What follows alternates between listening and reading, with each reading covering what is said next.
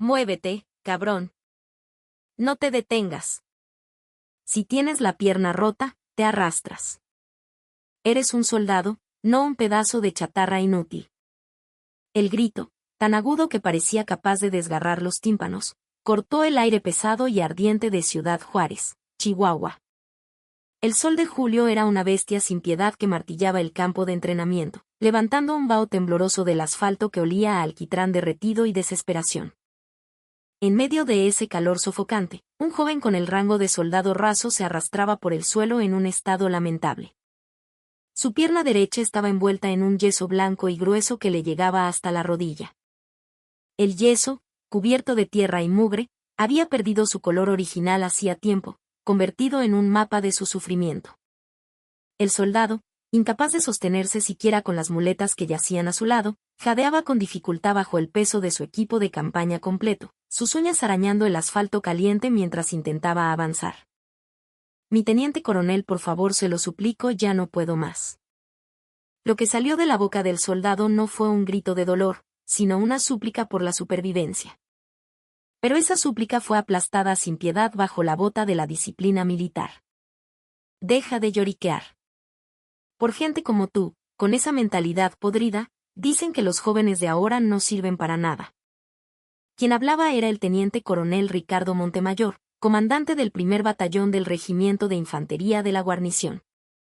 Impecable en su uniforme de campaña, sin una sola gota de sudor visible, se erguía sobre el soldado caído, observándolo con una mirada gélida.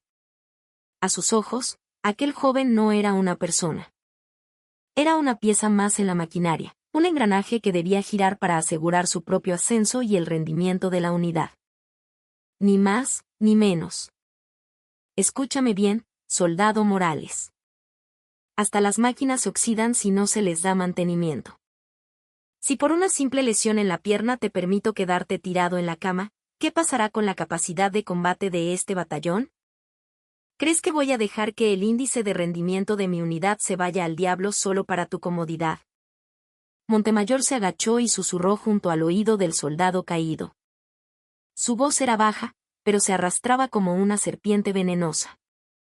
Las piezas defectuosas, entiéndelo, se reparan o se reemplazan. Si te rindes aquí, no eres más que un desecho, un producto defectuoso destinado a la basura. ¿Entendido? Gruesas lágrimas cayeron de los ojos del soldado Javier Morales, chisporroteando al tocar el asfalto hirviente.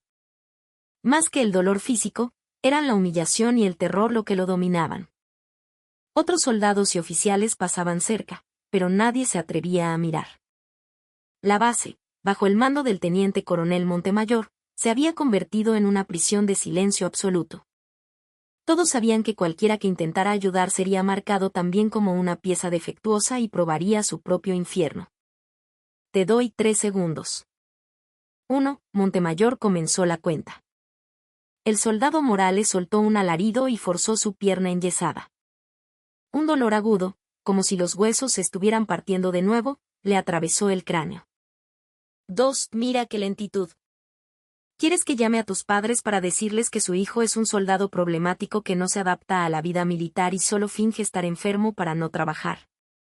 Esas palabras fueron el detonante que destrozó la última pizca de cordura de Morales. La desesperación de no querer preocupar a su familia superó el dolor. Tambaleándose, con un grito que sonaba más como el rugido de una bestia herida, logró ponerse en pie. Fue en ese preciso instante que un sedán negro se deslizó por la entrada del campo de entrenamiento. El vehículo, levantando una nube de polvo rojizo, se detuvo a escasos 10 metros de donde estaban Montemayor y Morales. Montemayor frunció el ceño, mirando el coche con irritación. No había aviso de visita del comandante del regimiento ni del general de la zona. Estaba a punto de averiguar quién osaba interrumpir su lección de disciplina cuando la puerta trasera se abrió. Lo primero que tocó el suelo fue una bota militar reluciente. A continuación, descendió del coche una oficial de figura esbelta pero sólida. En sus hombros, 3 águilas de plata, la insignia de coronel, brillaban con autoridad. Era la recién nombrada comandante del regimiento, la coronel Alejandra Vega. A sus 34 años, tenía un rostro que desmentía su edad, pero su mirada era tan fría y antigua como un glaciar. Sin siquiera cerrar la puerta del coche, caminó directamente hacia el centro del campo de entrenamiento. Su vista no estaba fija en Montemayor, sino en la pierna enyesada y ensangrentada del soldado Morales. Montemayor, ocultando su desconcierto, se apresuró a saludar. A la orden, mi coronel. Teniente coronel Ricardo Montemayor. Bienvenida a su nuevo mando. Si nos hubiera avisado, la habríamos esperado en la entrada principal. Alejandra Vega no correspondió al saludo. De hecho, lo ignoró como si fuera invisible. Se detuvo justo frente al soldado Morales. Mirando el rostro del joven, cubierto de sudor, lágrimas y mugre, abrió la boca. Descanso. Fue una orden breve y concisa. Sin embargo, Morales, mirando de reojo a Montemayor, no se atrevió a relajar la postura y temblaba de pies a cabeza. Al ver esto, una ceja de la coronel Vega se arqueó casi imperceptiblemente. Agarró con brusquedad la correa del equipo de campaña que colgaba del hombro de Morales. Con la fuerza y la técnica forjadas en sus años en las fuerzas especiales, soltó las hebillas en un instante y dejó caer el pesado equipo al suelo. ¡Pum! El equipo se estrelló contra el asfalto, y el cuerpo de Morales se tambaleó. Alejandra lo sostuvo con firmeza por el brazo para evitar que cayera. Luego, giró lentamente la cabeza para mirar a Montemayor. En lo más profundo de sus ojos, un instinto asesino y gélido comenzaba a despertar. A sus ojos, ¿esto le parece un soldado?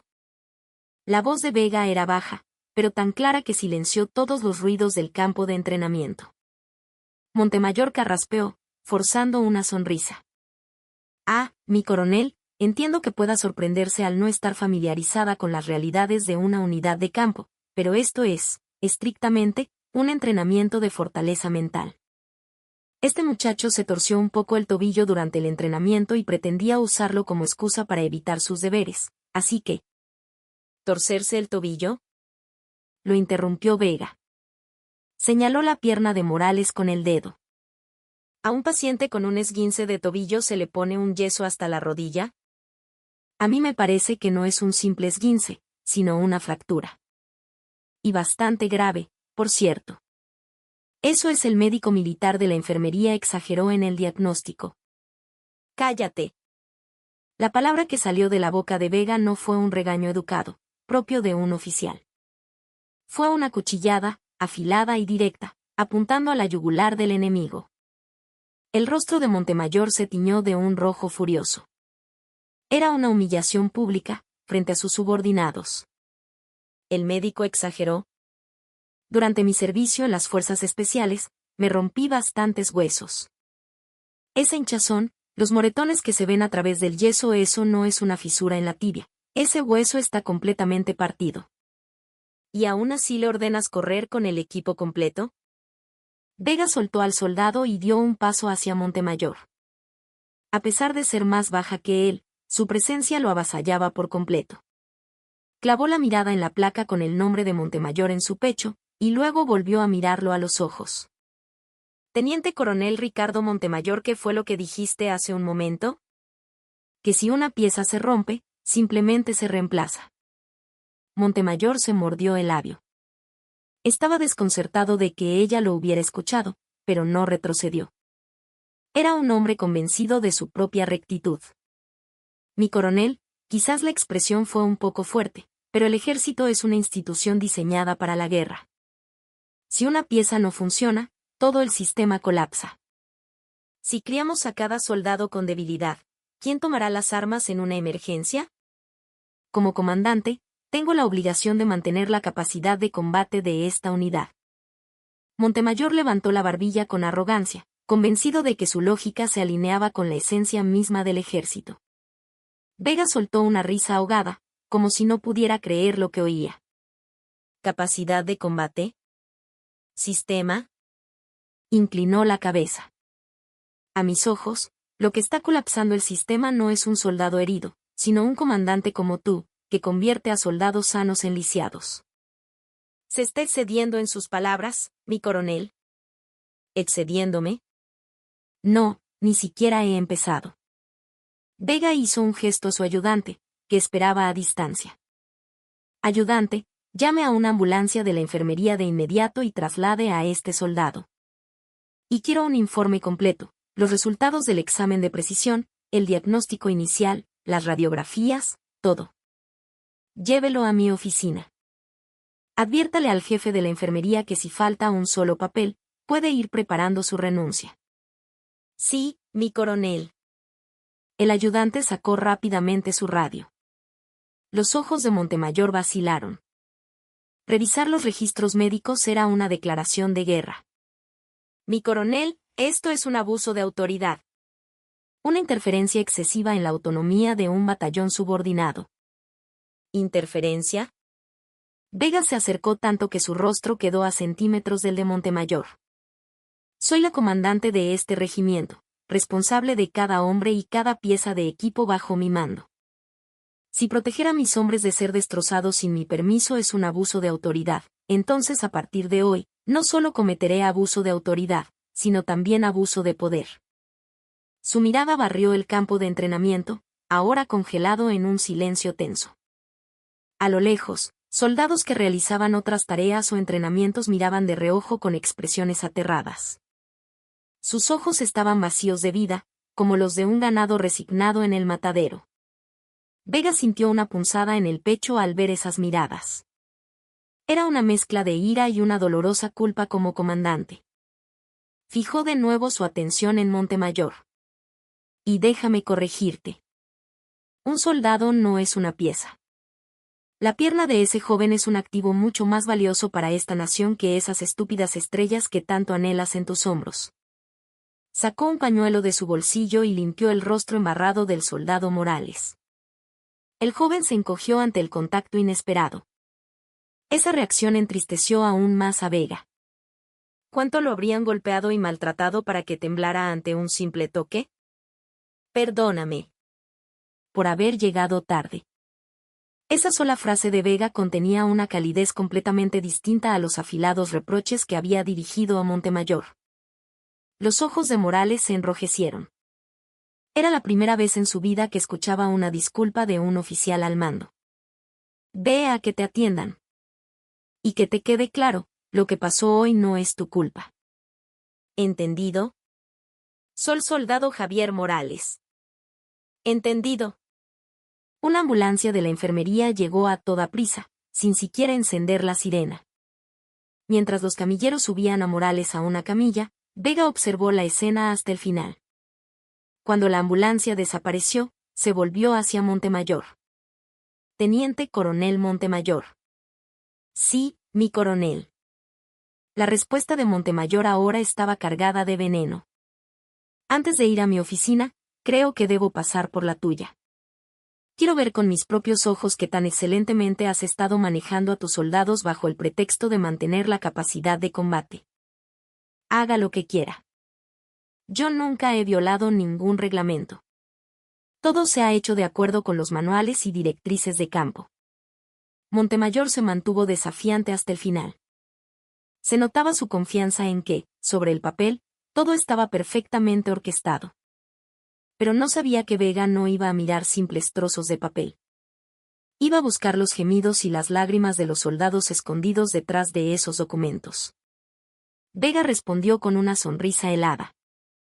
Bien. Entonces, vayamos a ver ese infierno perfecto que has construido. Se dirigió al edificio de la comandancia del batallón. Montemayor la siguió, apretando los puños. El viento polvoriento del campo de entrenamiento se arremolinaba a sus espaldas. La guerra ya había comenzado.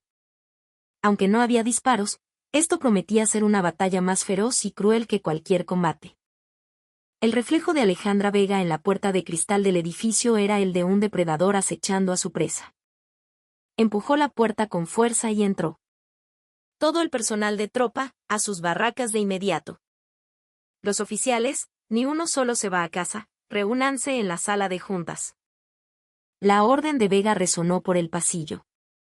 La larga noche del primer batallón apenas comenzaba. En cuanto se abrió la puerta de la oficina del comandante, una ráfaga de aire helado golpeó el rostro de Alejandra. Afuera, El calor superaba los 40 grados, una verdadera caldera, pero la oficina del teniente coronel Montemayor era otro mundo. Un enorme aire acondicionado en el techo zumbaba sin cesar, expulsando una corriente de aire frío. El ambiente olía a cuero de alta calidad y ambientador, un aire fresco y confortable. Vega se detuvo en la entrada, inhalando por un momento ese aire discordante. Era un contraste brutal con el olor a sudor y tierra del soldado Morales, que se desangraba en el campo de entrenamiento. Caminó lentamente hasta el escritorio de Montemayor. Sobre él, una placa dorada con la inscripción 365 días sin accidentes brillaba ostentosamente. Montemayor, fingiendo una calma que no sentía, se sentó en su silla de director. Tamborileó los dedos sobre una gruesa carpeta de documentos. Como puede ver, mi coronel, nuestro batallón es impecable.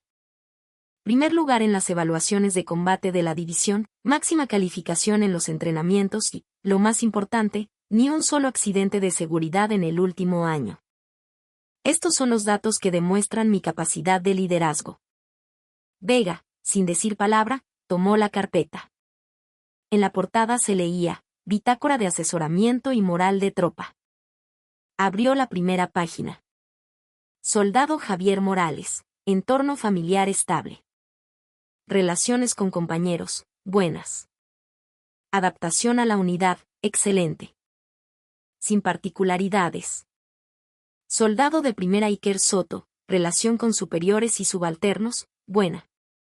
Entusiasmo en el entrenamiento, alto. Sin preocupaciones. Sargento segundo Pedro Camacho, asesoramiento de carrera, sin novedades. Satisfacción con la unidad, muy alta.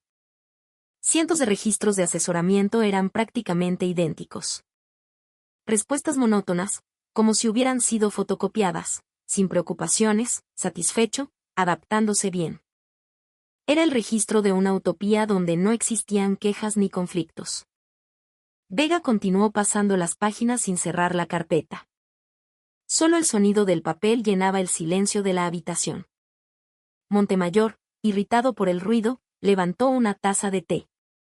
La letra es idéntica en todos los informes, dijo Vega, como si nada. Montemayor dejó la taza sobre la mesa. Sí. Ah, es que el escribiente del batallón transcribe las notas de las entrevistas. El contenido también es idéntico. Más de 500 hombres jóvenes viviendo juntos, y ni uno se queja de que alguien ronca y no lo deja dormir.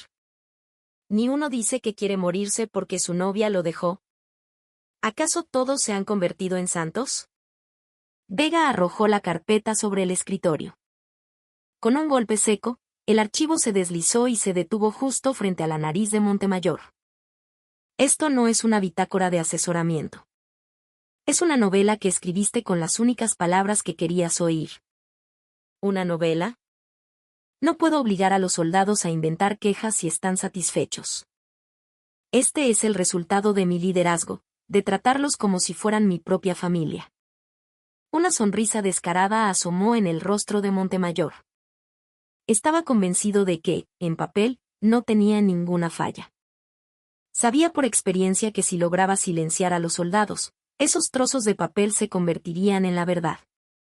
Vega lo miró directamente a los ojos.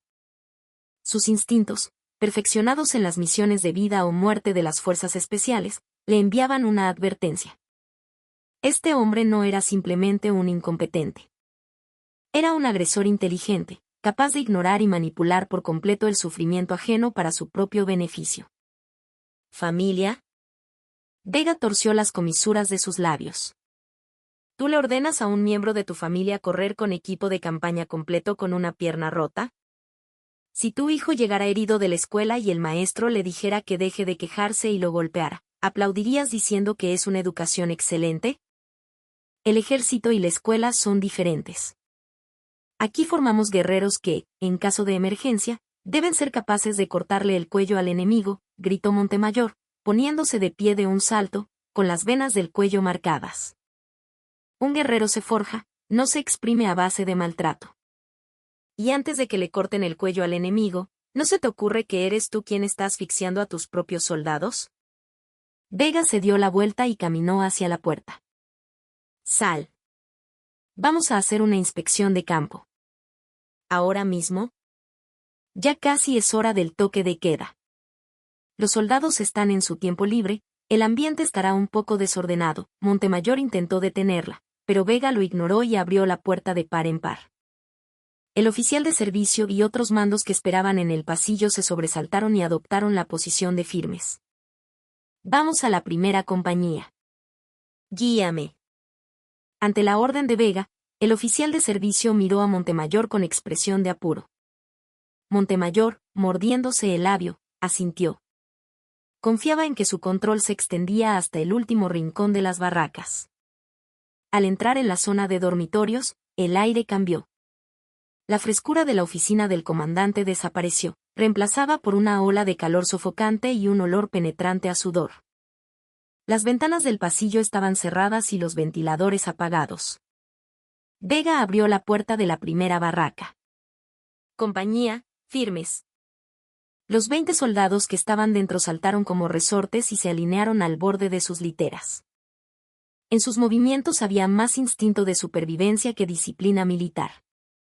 Vega entró y frunció el ceño. La temperatura interior parecía incluso más alta que la del exterior. De los 4 ventiladores de techo, solo uno giraba lánguidamente.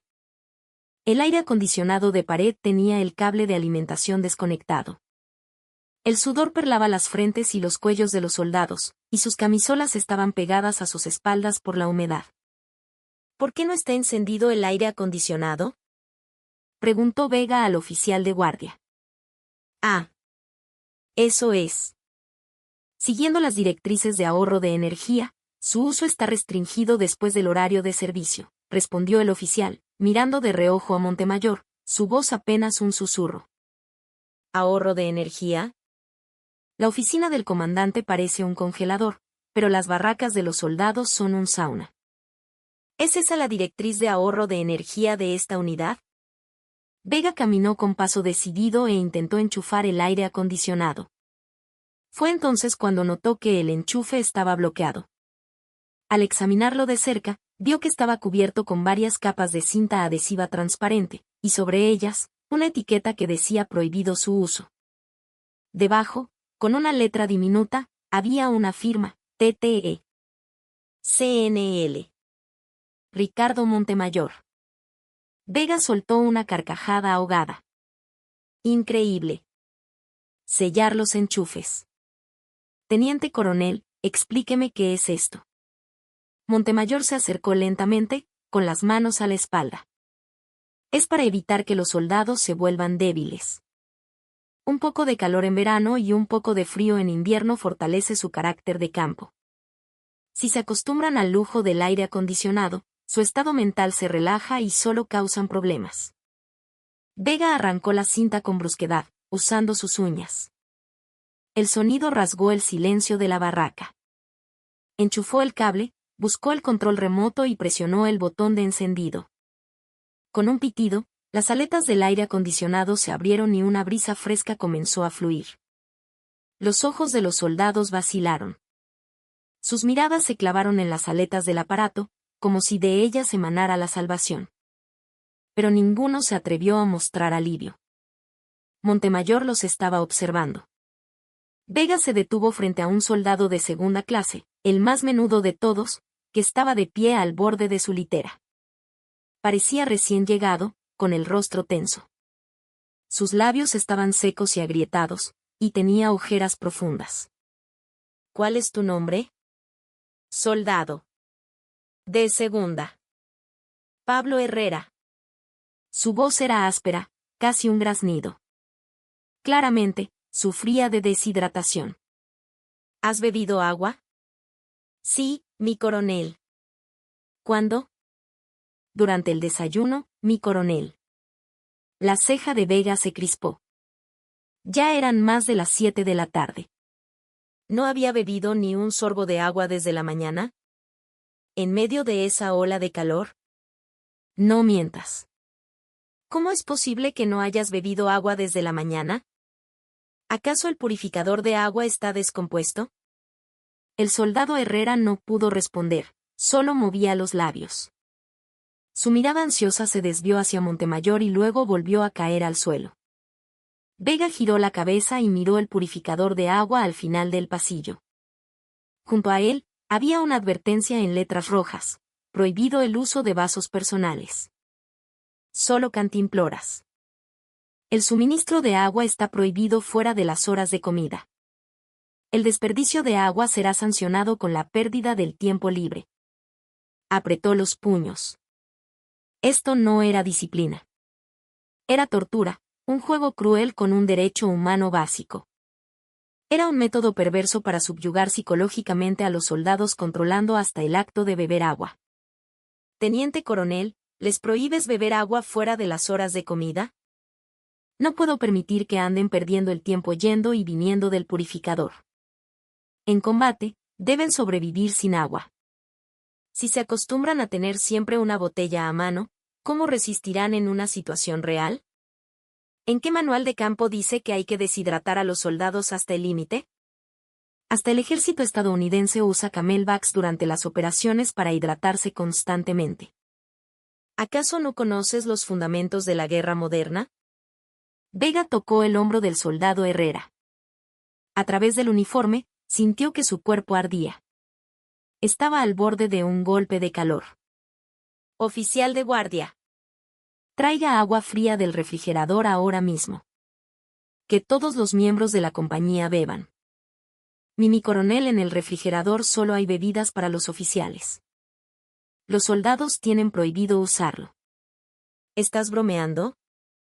El grito de Vega hizo vibrar las ventanas de la barraca. ¿Acaso mis palabras no significan nada? Dije que traigas lo que sea que beban los oficiales, ya sean refrescos o agua. Ahora mismo. El oficial de guardia, aterrorizado, corrió hacia la oficina administrativa. Momentos después, varios oficiales llegaron corriendo, cargados de botellas de agua y latas de bebidas isotónicas. Vega tomó personalmente una lata, la abrió y se la puso en la mano al soldado Herrera. Bebe. De un solo trago. El soldado Herrera sostenía la lata con manos temblorosas. Tenía el elixir de la vida frente a él, pero no podía beber. La mirada de Montemayor era como una daga clavada en su espalda. Sabía muy bien qué tipo de represalias le esperarían después de que la coronel se fuera si bebía esa agua. Estoy bien, mi coronel. No tengo sed. Herrera la rechazó, con la voz entrecortada por las lágrimas. Al ver esa escena, el corazón de Vega se partió. Incluso el instinto más básico de la sed había sido castrado por el miedo. Le arrebató la lata de las manos y se acercó a Montemayor. Dime, teniente coronel. A tus ojos, ¿esta es la imagen de la disciplina? Es la imagen de la obediencia absoluta a las órdenes de un superior. ¿No es admirable? No es obediencia. Es la imagen de un animal domesticado. Ahora veo claramente el terrible lavado de cerebro al que ha sometido a estos soldados. Vega metió bruscamente la lata en el bolsillo superior del uniforme de Montemayor. Escúchame bien. A partir de este momento, todas las normas internas de esta unidad quedan anuladas. El acceso a los baños, al agua potable, al aire acondicionado, al tiempo libre, todo se restaurará según el reglamento del ejército. Si mañana por la mañana queda una sola de esas reglas basura que tú creaste, esto no terminará con que te quiten el uniforme. Se volvió de nuevo hacia los soldados. Y ustedes, escúchenme. Soy la coronel Alejandra Vega, comandante de este regimiento. A partir de hoy, no tienen que obedecer ninguna orden injusta que los atormente. Yo me hago responsable. Si quieren beber agua, beban. Si necesitan ir al baño, vayan. ¿Entendido? Pero no hubo respuesta. Un silencio pesado y opresivo aplastó la barraca. Los soldados no se atrevían ni a responder. Habían sido testigos de cómo sus compañeros que intentaron desafiar a Montemayor o presentar quejas fueron aplastados y enviados al calabozo. La nueva coronel era una extraña que algún día se iría, pero Montemayor, su comandante de batallón, permanecería a su lado. El miedo selló sus labios. Vega entendió el significado de ese silencio. Esto no se resolvería con unas cuantas órdenes. Si no arrancaba de raíz el miedo implantado en lo más profundo de sus almas, nada cambiaría. En ese momento, la mirada de un soldado de primera en un rincón de la barraca se cruzó con la suya. Sus ojos vacilaban. Era una lucha desesperada entre el deseo de hablar y el terror de que hablar significaba la muerte. Vega leyó la placa en su uniforme. Soldado de primera Iker Soto. Soldado, ¿tienes algo que decir? Iker Soto se sobresaltó y se mordió el labio. Sus puños se apretaron hasta que los nudillos se pusieron blancos. A su lado, Montemayor carraspeó en voz baja. Ejem. Ese simple sonido hizo que los hombros de Soto se encogieran. Agachó la cabeza y gritó con todas sus fuerzas. Estamos felices aquí. Fuerza, primer batallón. Su voz, como la de un robot repitiendo una línea programada, estaba teñida de una desesperación húmeda. Vega asintió con una expresión amarga. Forzarlos a hablar ahora sería contraproducente. Entendido, dijo, saliendo de la barraca. Al pasar junto a Montemayor, le susurró, reza esta noche. Reza para que, antes de que salga el sol mañana, se descubra la menor cantidad posible de los sucios secretos que has escondido. Vega salió al pasillo. A su ayudante, que la seguía, le dio una orden en voz baja. Ayudante, vigile de cerca la situación en la oficina de guardia esta noche. Y contacte al oficial de inteligencia. Dígale que para mañana, antes de que comience el día, quiero las grabaciones de las cámaras de seguridad del batallón de los últimos 3 meses. Si hay registros borrados, que preparen un equipo forense. Entendido, mi coronel. Pero si los soldados no hablan, será difícil obtener pruebas. Ante la preocupada observación de su ayudante, Vega miró la puerta cerrada de la barraca y respondió. Habrá que hacer que hablen. Si les mostramos una confianza más grande que su miedo, lo harán. Y, sus ojos brillaron con una luz feroz, siempre hay una grieta. Incluso el cartel de silencio más perfecto se desmorona con una sola fisura. Esta noche, encontraremos esa fisura. Vega sacó su teléfono móvil. Era un teléfono antiguo, de los que usaba en sus días en las fuerzas especiales para operaciones encubiertas. Envió un mensaje a un antiguo compañero, ahora investigador en la Fiscalía Militar. Necesito ayuda. Es hora de sacar la basura. La fuerza que aplicó al presionar el botón de enviar era palpable. La noche caía sobre Ciudad Juárez, pero la verdadera batalla en el primer batallón apenas estaba comenzando. El sonido de las respiraciones contenidas de los soldados resonaba en sus oídos como un eco fantasmal. Y se lo juró a sí misma. Convertiría esas respiraciones en suspiros de alivio. La noche era profunda. Una oscuridad como la tinta se había tragado la base del primer batallón, pero un terror aún más denso y pesado oprimía a los soldados en sus camas. El paso de la coronel Vega había dejado tras de sí una calma tensa, como la que precede a una tormenta. Pero esa calma no era de paz, sino de miedo a las represalias que estaban por venir. A las 2 de la madrugada, cuando todos dormían, la luz de la oficina del comandante del batallón seguía encendida. El teniente coronel Ricardo Montemayor miraba la oscuridad a través de la ventana, gruñendo en voz baja. Detrás de él, el sargento mayor del batallón, un hombre de unos 50 años, estaba de pie con las manos a la espalda. Era la mano derecha de Montemayor, su ejecutor para todos los trabajos sucios dentro de la unidad. Sargento Mayor Vargas, ¿no le parece que la mirada de los muchachos ha cambiado un poco después de la visita de la coronel? Especialmente los de la primera compañía.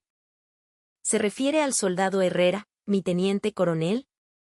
A ese ya le di una lección por separado.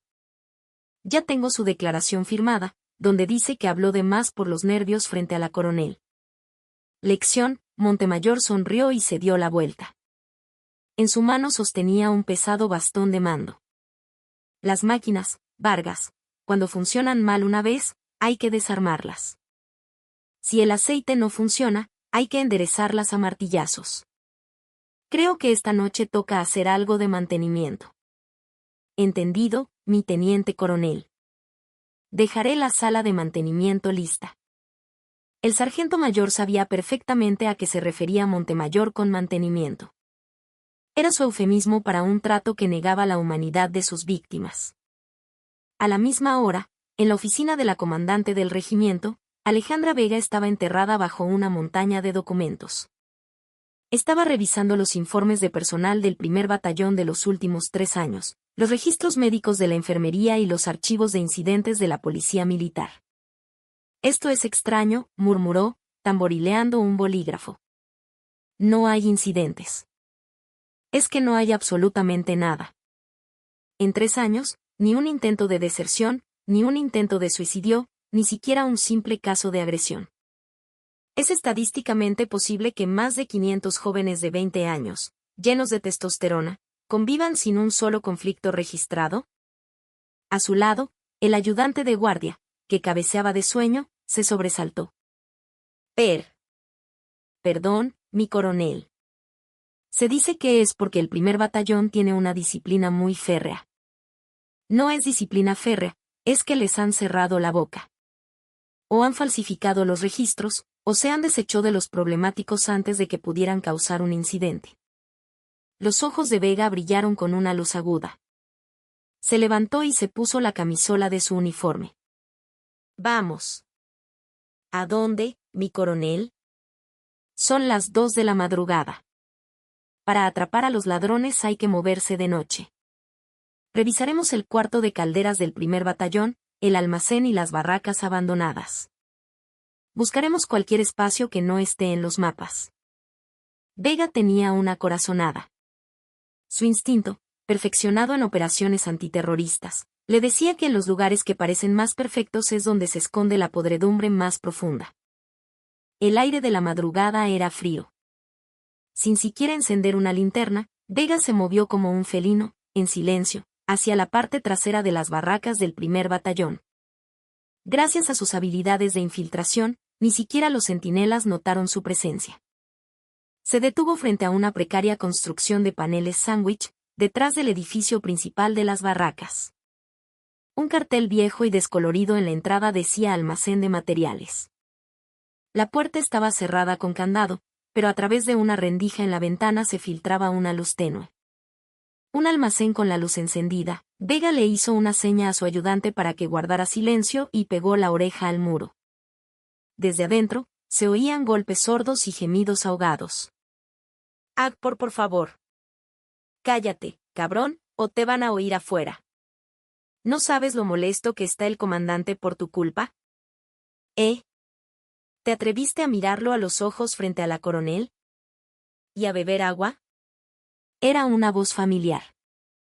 El sargento de intendencia de la primera compañía, el que había estado merodeando cerca de Montemayor durante el día. Una chispa saltó en los ojos de Vega. Ya no había necesidad de sigilo. No necesitaba perder el tiempo con el candado. Agarró la manija de la puerta, la retorció con toda su fuerza y luego golpeó las bisagras con precisión con el talón de su bota. ¡Crack! La puerta del viejo almacén gritó y se desprendió. La escena en el interior era un infierno. Bajo la luz parpadeante de una bombilla desnuda, el soldado de primera Acresoro, el que había visto por la tarde, estaba atado a una silla. Su rostro ya era una masa de sangre y moretones. El sargento de intendencia, jadeando, sostenía un bate de béisbol. El suelo estaba cubierto de agua y, en un rincón, había tubos de acero que parecían herramientas de tortura. Este no era un almacén. Era la sala de mantenimiento de Montemayor. ¿Qué demonios están haciendo? El grito de Vega sacudió el pequeño espacio. El sargento de intendencia, como si hubiera visto un fantasma, soltó el bate con un sobresalto. Mi coronel. Atar a un hombre y golpearlo, Vega se acercó al sargento. Aterrado por su aura asesina, el hombre retrocedió. Ese es un malentendido. Este soldado cometió un acto de insubordinación. ¡Pum! Antes de que pudiera terminar su excusa, el puño de Vega se estrelló contra su plexo solar. El sargento se dobló sin poder gritar, cayendo al suelo con arcadas. Vega ni siquiera lo miró. Corrió hacia Acresoro y empezó a desatarlo. Soldado, reacciona. Soy yo, la coronel. Iker Soto apenas pudo abrir sus ojos hinchados para mirar a Vega. Su visión era borrosa. Mi coronel, lo siento, soy una pieza defectuosa, un desecho. Murmuraba como si delirara. Era la prueba de cuán profundo había calado el lavado de cerebro de Montemayor. Vega, conteniendo una rabia que le subía por la garganta, abrazó con fuerza al soldado. No. No eres un desecho. Eres Iker Soto, soldado de primera del ejército mexicano. Eres mi subordinado. ¿Entendido? En ese momento, se oyeron pasos apresurados afuera. La patrulla de reacción rápida, el oficial de servicio y el propio Montemayor, alertado por el ruido, aparecieron en la entrada. Montemayor pareció desconcertado por un momento al ver la escena, pero rápidamente recuperó la compostura y sonrió con frialdad. Mi coronel, ¿se puede saber por qué destroza el almacén de mi unidad en medio de la noche? Y agredir a un sargento, eso es una clara violación del código militar. Contraatacó, descaradamente. Incluso con la evidencia en su contra, intentaba cortar lazos y buscar una oportunidad para atacar a Vega. Era un maestro de la manipulación. Vega dejó a Soto en manos de su ayudante y se levantó lentamente. El aura que emanaba de todo su cuerpo aplastó a Montemayor. ¿Violación del código militar? Vega se quitó los guantes manchados de sangre y los arrojó al suelo. Vamos a analizarlo. Secuestrar y torturar a un soldado en la noche no es una violación del código militar, es un delito grave según el Código Penal. Y el oficial que lo ordenó es cómplice. ¿Ordenar? Yo no sé nada de esto. Seguramente el sargento se excedió en su intento de disciplinarlo. Es lamentable, pero es un acto individual. Montemayor intentó sacrificar a su peón. El sargento, tirado en el suelo, lo miró con ojos llenos de traición, pero Montemayor ni siquiera le devolvió la mirada. ¿Acto individual? Vega sacó una pequeña grabadora de su bolsillo. He estado grabando desde antes de entrar. ¿Quieres que te ponga lo que dijo tu sargento? El comandante está molesto. El comandante ordenó hacer mantenimiento. ¿Crees que esto se puede tapar como un acto individual? El rostro de Montemayor se contrajo por primera vez. Pero no tenía intención de rendirse. Así que intenta incriminarme con un archivo de audio. Dudo que tenga validez como prueba. Y, mi coronel, esta es mi área de jurisdicción. Le exijo que se retire de inmediato. Con una señal de Montemayor, los soldados armados de la patrulla de reacción rápida que estaban detrás de él dudaron, pero empezaron a levantar sus fusiles. Era un acto de insubordinación. Bajen las armas. La voz de Vega fue un susurro helado. No miró a los soldados con ira. Al contrario, los miró con lástima. ¿Levantan sus armas para proteger a esta basura mientras golpean a su compañero? ¿Apuntan a su propio camarada para defender a este monstruo? Los cañones de los fusiles temblaron. Ellos también sabían lo que ocurría en ese almacén. Sabían de quién eran los gritos que a veces se oían desde dentro. Soy la comandante del regimiento. A partir de este momento, relevo al teniente coronel Ricardo Montemayor de su mando sobre el primer batallón. Patrulla de reacción, arresten a Montemayor y al sargento de intendencia. Es una orden. Silencio. Un silencio sofocante. Los soldados estaban atrapados entre Montemayor, el objeto de su terror, y Vega, una salvadora aún desconocida. Fue entonces cuando Acresoro, sostenido por el ayudante, gritó con una voz quebrada por el dolor y la rabia. ¡Órale, cabrones! Soy yo, Iker. Su compañero, su amigo. ¿Hasta cuándo van a vivir como perros bajo el mando de este demonio? Ese grito fue el detonante. El cabo al mando de la patrulla, como si hubiera tomado una decisión, colgó su fusil al hombro y se lanzó hacia adelante. Lo siento, mi teniente coronel. Obedeceremos la orden. Tras el cabo, Los demás soldados se abalanzaron sobre Montemayor. Montemayor retrocedió con una expresión de incredulidad, pero ya era tarde. Los mismos soldados que trataba como piezas se habían convertido en hombres y lo sometían. Esto es un motín. Los voy a enviar a todos al calabozo. Suéltenme. Montemayor luchaba, pero no podía competir con la fuerza de los jóvenes soldados. Fue inmovilizado en el suelo, y Vega lo observó con una mirada glacial. No es un motín. Es una revolución. Vega se acercó a Soto. Gracias. Por tu valentía. Iker Soto lloraba a lágrima viva. No eran lágrimas de dolor, sino de una tristeza reprimida y una abrumadora sensación de liberación. Pero la situación aún no había terminado. Montemayor, sometido en el suelo, soltó una risa amarga. «Mi coronel, ¿cree que esto termina con mi arresto? El sistema que he construido no es tan frágil. ¿Cree que puede destruirme con esa simple grabación? Tengo muchos contactos en el alto mando del ejército. Mañana por la mañana, yo estaré libre y usted será destituida por abuso de autoridad y extralimitación de funciones». Sus palabras no eran una simple bravuconada. Dada la naturaleza de la jerarquía militar, sin pruebas físicas contundentes y un golpe de gracia definitivo, todo podría degenerar en una lucha política y quedar en nada. Una simple acusación de instigar una agresión no era suficiente para enterrarlo por completo. Se necesitaba algo más grande, más irrefutable. Iker Soto, con mano temblorosa, agarró el borde del uniforme de Vega.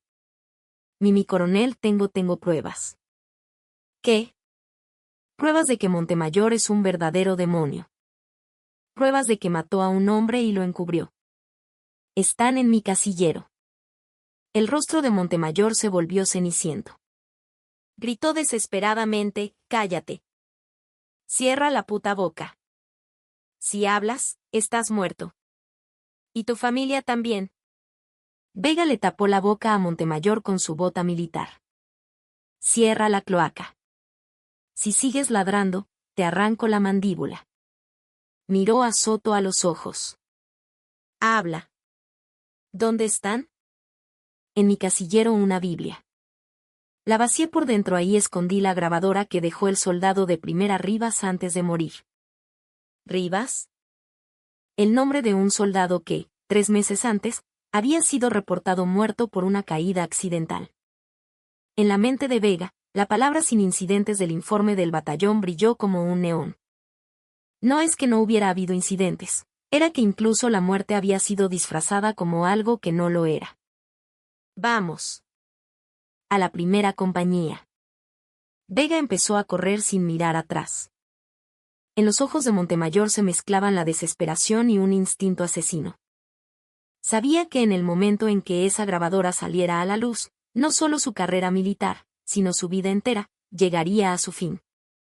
A las 3 de la madrugada, frente a la barraca de la primera compañía, Vega irrumpió en el pasillo como un huracán y abrió la puerta.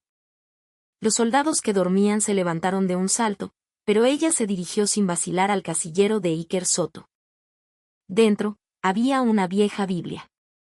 Parecía normal, pero cuando Vega la tomó, sintió una ligera vibración. La abrió. Las páginas interiores habían sido recortadas en forma de rectángulo, y en el hueco había una grabadora diminuta, del tamaño de un dedo. Era esto. La dinamita que derribaría la fortaleza de Ricardo Montemayor. Pero en ese instante. «¡Alto ahí!». Se oyó un grito desde el final del pasillo. El sargento mayor Vargas, el hombre de confianza de Montemayor, y una decena de suboficiales venían hacia ellos. Llevaban porras y palas. Eran la guardia pretoriana de Montemayor, que había logrado enviar una señal antes de ser completamente sometido. «Mi coronel, esto no se lo vamos a entregar». «Denos eso ahora mismo», dijo el sargento mayor con una expresión amenazante, extendiendo la mano. Subestimaba a Vega por ser mujer. Sabía que era de las fuerzas especiales, pero pensó que entre varios podrían arrebatárselo. Vega soltó una risa de incredulidad. ¿Así que ahora amenazan a un superior con el equipo que se les dio para luchar contra el enemigo? ¿Están locos? Solo seguimos las órdenes de nuestro comandante. Hemos recibido información de que usted intenta fabricar pruebas para incriminarlo. No dudaremos en usar la fuerza para asegurar la evidencia. El sargento mayor, repitiendo la lógica retorcida que había aprendido de Montemayor, se acercó. Los soldados, aterrorizados, se replegaron a un rincón de las literas. Vega guardó la grabadora en el bolsillo de su camisola y subió la cremallera. Luego, muy lentamente, volvió a ponerse los guantes. ¿Usar la fuerza? Interesante. Desde que dejé las fuerzas especiales, no he tenido oportunidad de calentar. Atrápenla. A la señal del sargento mayor, 3 suboficiales se lanzaron sobre Vega. Un sargento corpulento intentó agarrarla del hombro.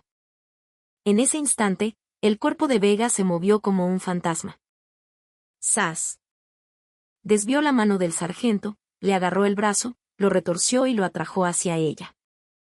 ¡Crack! El cuerpo del sargento giró en el aire y se estrelló contra el suelo. Fue una llave de judo perfecta. El impacto hizo retumbar la barraca. Los otros 2, desconcertados, dudaron un segundo.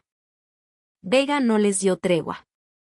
Con una patada baja, golpeó la corva de uno y, con la palma de la mano, empujó el plexo solar del otro, enviándolo por los aires. En un abrir y cerrar de ojos, 3 hombres estaban en el suelo. Los ojos del sargento mayor se abrieron como platos. No era una simple experta en artes marciales. Era un arma humana entrenada para matar. Siguiente, dijo Vega, sin un ápice de agitación en su respiración. Si van a atacar, háganlo todos a la vez. No tengo tiempo que perder. El sargento mayor retrocedió. El miedo se extendió como una plaga. Mientras dudaban, sin atreverse a moverse, se oyó un clamor desde fuera de la barraca. ¡Protejan a la coronel! Eran los soldados de la primera compañía. Despertados por el grito de Iker Soto, y junto a ellos, soldados de la segunda y tercera compañía que habían oído el alboroto, llenaban el pasillo. Ya no eran cobardes. Armados con escobas, trapeadores o simplemente con los puños, rodearon a los suboficiales que los habían oprimido.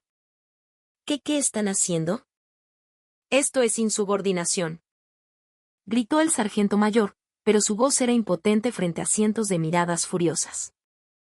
¡Sáquenlos!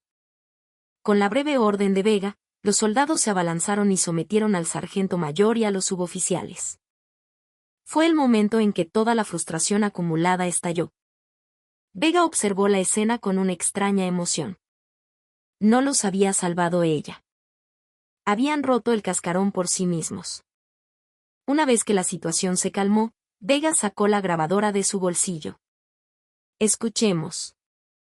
A ver qué verdad se esconde aquí dentro. Todos en la barraca contuvieron la respiración. Vega presionó el botón de reproducción. Entre el ruido estático, se escuchó una voz temblorosa. Soy el soldado de primera Carlos Rivas. Hoy me llamaron a la oficina del comandante. Le dije que no podía seguir entrenando con la pierna herida, y el teniente coronel Montemayor me golpeó. Y me dijo. Se oyeron golpes sordos, y luego, la voz demoníaca de Montemayor. Órale, cabrón. ¿Crees que si te mueres me voy a poner triste? Simplemente te doy de baja en el inventario como equipo perdido y pido una pieza nueva. Si te suicidas, te hago pasar por un debilucho con problemas mentales y mi expediente queda limpio. Así que si te vas a morir, muérete discretamente. No me jodas la carrera. Luego, el llanto de Rivas. Mamá, te extraño. Tengo mucho miedo. Ayúdame. La grabación se cortó ahí. La barraca se convirtió en un mar de lágrimas. Rivas no había muerto en una caída accidental. Fue un homicidio social. Murió al ser empujado desde una azotea, incapaz de soportar más la violencia, la presión y los golpes de Montemayor. Y Montemayor lo había encubierto todo como un accidente. Lágrimas ardientes cayeron de los ojos de Vega. Apretó la grabadora con tanta fuerza que crujió, a punto de romperse. Maldito seas, pensó. No podía perdonarlo. Eso no es un soldado. Es un asesino. Todo el personal, al campo de entrenamiento. La formación de la mañana la dirijo yo. A las 6:30 de la mañana, el sol apenas despuntaba. Todo el regimiento estaba formado en el campo de entrenamiento. En el estrado, atados de pies y manos, estaban arrodillados Montemayor, el sargento mayor Vargas y los suboficiales que lo seguían. Montemayor aún mantenía la cabeza en alto. Esto es una calumnia. Esa grabación está manipulada. ¿Cómo se atreve una coronel a tratar así a un teniente coronel? Cuando apele ante la corte marcial, estarás acabada. Gritaba, en su último y desesperado intento de resistencia. Vega tomó el micrófono y se adelantó. Detrás de ella, se habían instalado enormes altavoces. Soldados del primer regimiento. Hoy nos enfrentamos a una verdad vergonzosa. Vinimos aquí para defender a nuestra patria, no para convertirnos en esclavos. Somos compañeros que nos cubrimos las espaldas, no piezas de usar y tirar. Acercó la grabadora al micrófono. Y presionó el botón de reproducción. La voz de Montemayor, amplificada por los altavoces, resonó por toda la base, por toda Ciudad Juárez. Simplemente te doy de baja en el inventario como equipo perdido y pido una pieza nueva. El rostro de Montemayor se volvió pálido como la cera. Los miles de soldados en el campo de entrenamiento comenzaron a murmurar. Una ola de furia creció entre ellos. Ese hijo de puta. Mató a Rivas. Mátenlo. Los gritos de los soldados estallaron. Solo entonces Montemayor comprendió la gravedad de la situación. La enorme torre de mentiras que había construido se estaba derrumbando. Vega levantó la mano para calmar a los soldados. Dicen que la ley está lejos y los puños cerca. Ahora mismo, mi instinto me pide destrozar a este hombre con mis propias manos. Pero, se acercó a Montemayor, somos soldados. Soldados que conocen el honor. No nos convertiremos en el mismo monstruo que él. Arrancó con violencia la insignia de teniente coronel del hombro de Montemayor. La tela del uniforme se rasgó. No mereces ser un comandante. Ni siquiera mereces ser humano. Ya no eres el teniente coronel Ricardo Montemayor. Eres simplemente Ricardo Montemayor, sospechoso de asesinato y un criminal despreciable.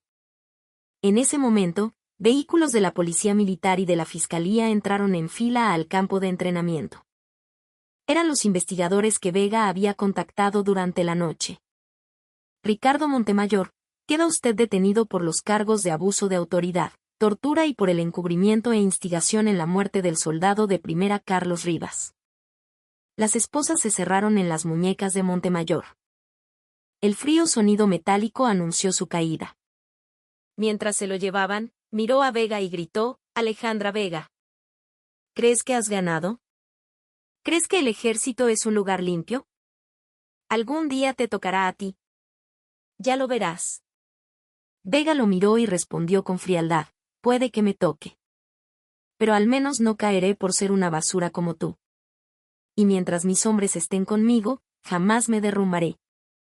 Montemayor fue arrojado a un vehículo de transporte, que se alejó. El silencio volvió al campo de entrenamiento. Pero no era el silencio pesado y temeroso de antes. Era la calma clara y transparente que sigue a una tormenta. Vega miró a los soldados.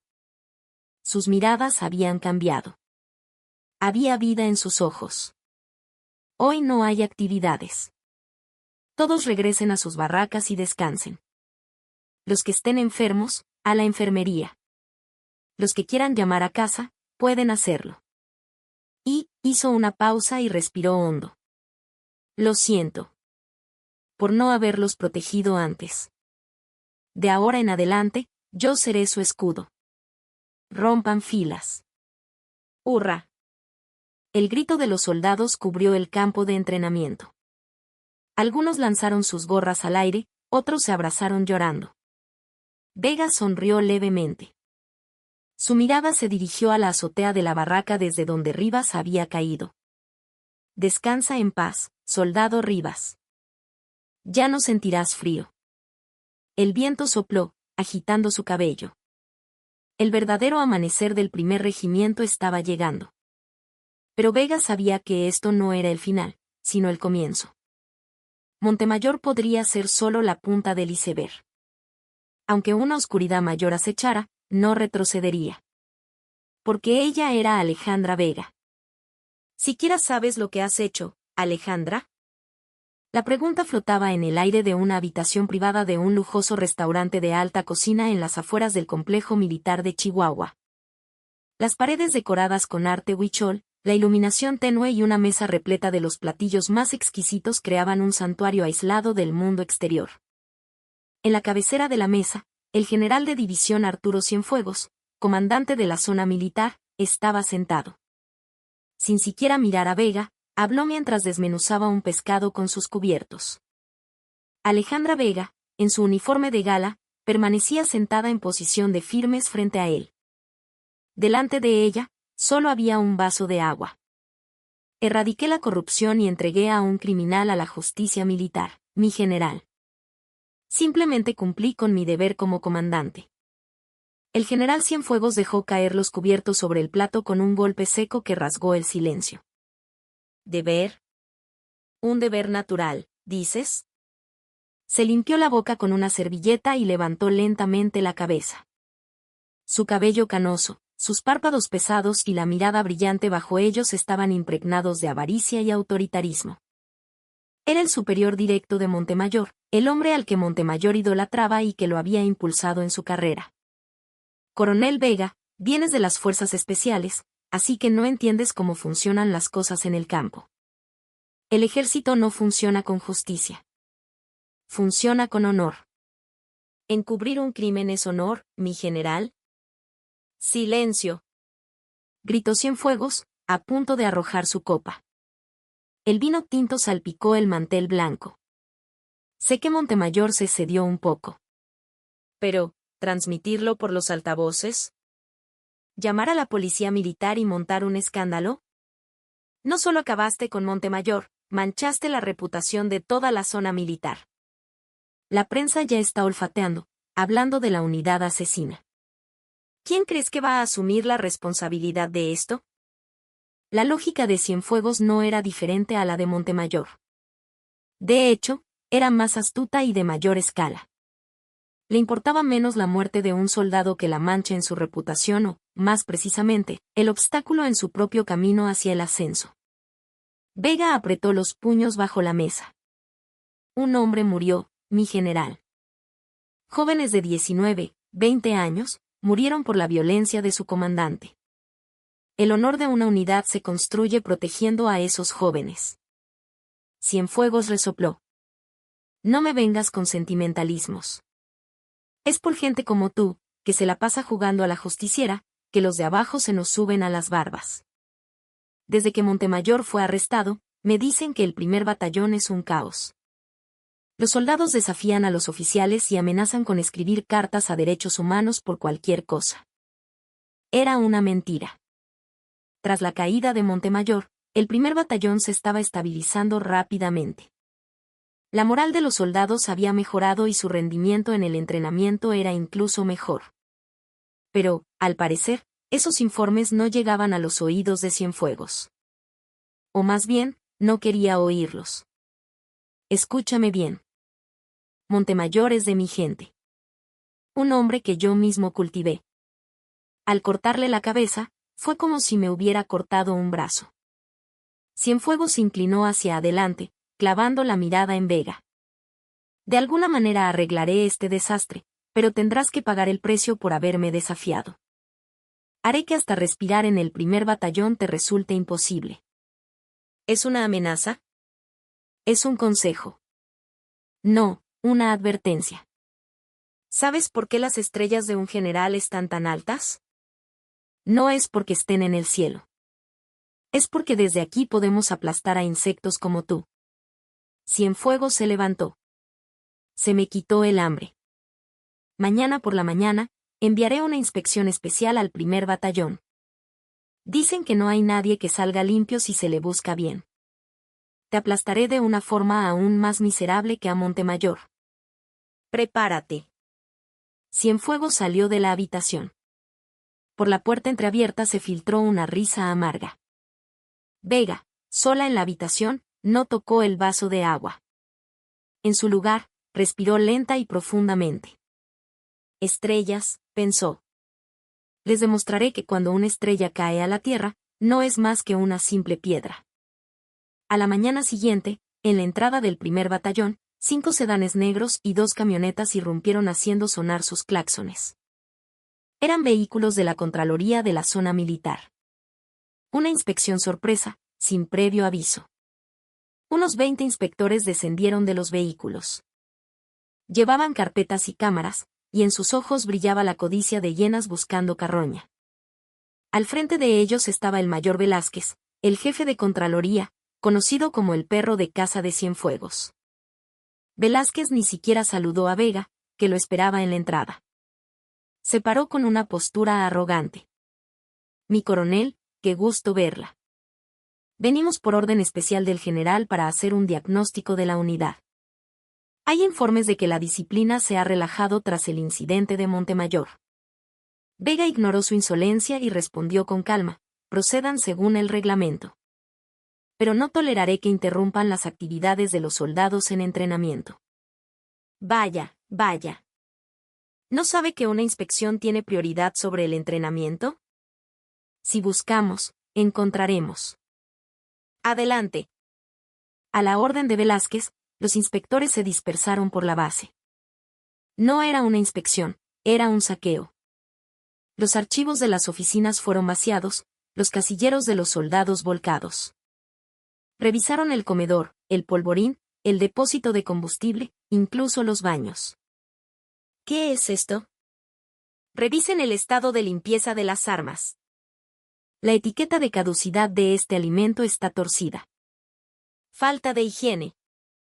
Anótelo. Las camas de las barracas no están perfectamente tendidas. Falta de disciplina. Llovían quejas absurdas. Buscaban pretextos en cada mota de polvo, en cada hilo suelto. Los soldados miraban a Vega con ansiedad, sintiéndose culpables, temiendo que su comandante estuviera en problemas por su culpa. A la hora del almuerzo, en el comedor, Velázquez, tras registrar la cocina, llamó a un cocinero. Era un soldado de primera que llevaba sudando desde la mañana para preparar la comida. Oye, tú, ven acá. ¿Qué le pasa a esta sopa? No sabe a nada. ¿Qué hacías en la vida civil? Cocinaba, mi mayor. Cocinabas. ¡Qué chiste! ¿Y con esta porquería te atreves a llamarte cocinero? A propósito la haces así de mala para causar una intoxicación, ¿verdad? Eres un caso perdido. Velázquez levantó el cucharón lleno de sopa caliente y lo golpeó contra el pecho del cocinero. El caldo salpicó su uniforme, manchándolo. Era una humillación pública. Los soldados que comían se detuvieron. La ira flotaba en el ambiente, pero nadie se atrevió a intervenir ante la autoridad de un inspector. En ese momento, la puerta del comedor se abrió y entró Vega.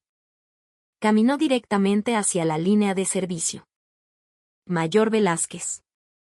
La voz de Vega era baja, pero atravesó el ruido del comedor. Ah, mi coronel. ¿Vino a comer? Estaba dándole una lección a este muchacho. La comida de esta unidad es un desastre, dijo Velázquez con una risita. Vega le arrebató el cucharón que sostenía. Tomó un poco de la sopa y la probó. Está buena. ¿Qué? Ja, mi coronel, tiene un paladar muy simple. Clank. Vega estrelló el cucharón contra la barra de acero inoxidable, produciendo un estruendo. Velázquez se sobresaltó. Es la comida que mis hombres prepararon con su sudor. No sé si es mi paladar el que está podrido o tu alma, pero no vengas a armar un escándalo en la mesa. ¿Qué ha dicho? ¿Me está insultando? Esto es obstrucción a una inspección. El rostro de Velázquez se enrojeció de ira. ¿Inspección? Una inspección es para buscar violaciones al reglamento, no para quejarse del sabor de la sopa y humillar a mis soldados. Vega dio un paso más hacia él. Aunque eran de estatura similar, la amenaza que emanaba de ella hizo que Velázquez retrocediera instintivamente. Escúchame bien. Revuelve los papeles, revisa la limpieza, haz lo que quieras. Pero si te metes con la dignidad de mis hombres, entonces, inspección o no, te mataré con mis propias manos. Y una cosa más. Tu numerito manchó el uniforme del cocinero. Te enviaré la cuenta de la lavandería. Vega limpió la mancha del hombro del cocinero con su pañuelo. Buen trabajo. La comida está deliciosa. No te dejes intimidar. Gracias, mi coronel. Los ojos del cocinero se enrojecieron. Los soldados que observaban la escena apretaron los puños.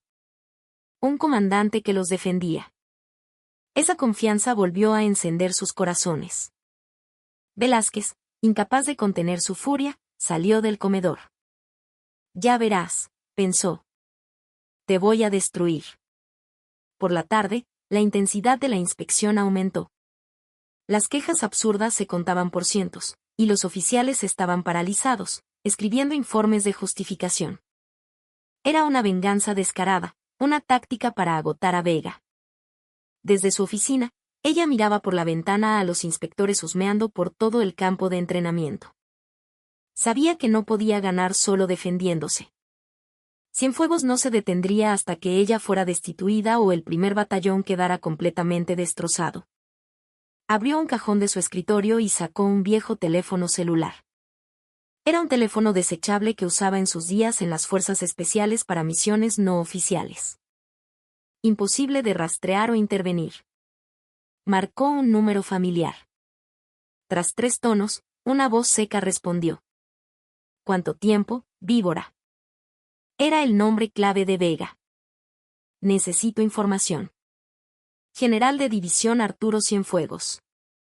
Y la organización secreta a la que pertenece. ¿Cienfuegos? Estás apuntando alto. Ese tipo es un miembro clave de El Círculo de Hierro. ¿El Círculo de Hierro? Una sociedad secreta de egresados de la Academia Militar que se reparten los puestos más importantes. Hacen todo tipo de trabajos sucios, manipulación de ascensos, sobornos, lo que se te ocurra. Son tan unidos que cualquiera que intenta meterse con ellos acaba enterrado. Montemayor era un miembro de bajo nivel. Los ojos de Vega se entrecerraron. No era un simple favoritismo. Era un cártel. ¿Debilidades? Son muy cuidadosos, pero hay una cosa. El cuñado de Cienfuegos dirige una empresa de suministros, distribuidora del norte. Hace poco ganó la licitación para proveer alimentos a toda la zona militar. Hay rumores de que el proceso fue bastante turbio. Una sonrisa gélida se dibujó en los labios de Vega. Pásame los datos. Si ellos atormentan a mis hombres con una inspección, yo les cortaré el suministro de dinero. De acuerdo. Pero ten cuidado. La gente de El Círculo de Hierro no dudaría en eliminar a alguien. Y se dice que detrás de Cienfuegos hay alguien aún más peligroso. No me importa. Lo perseguiré hasta el fin del mundo si es necesario. Tras colgar, Vega volvió a mirar por la ventana. Velázquez gritaba en medio del campo de entrenamiento. Grita todo lo que quieras mientras puedas, pensó Vega. Se quitó el uniforme de gala y se puso el de campaña. Ahora, comienza la cacería. Tercer día de inspección. El primer batallón estaba devastado. Oficiales eran citados a consejos disciplinarios y las vacaciones de los soldados fueron canceladas. La razón oficial era una mala gestión, pero la realidad era la ira de Cienfuegos.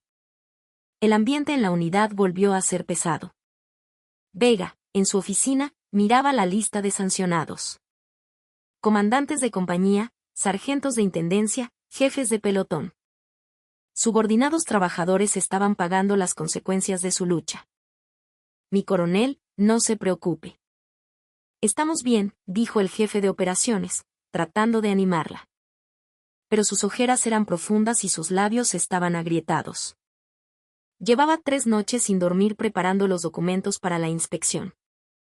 Lo siento. Es por mi culpa. No, mi coronel. Le agradecemos que nos haya librado de vivir como en los tiempos de Montemayor.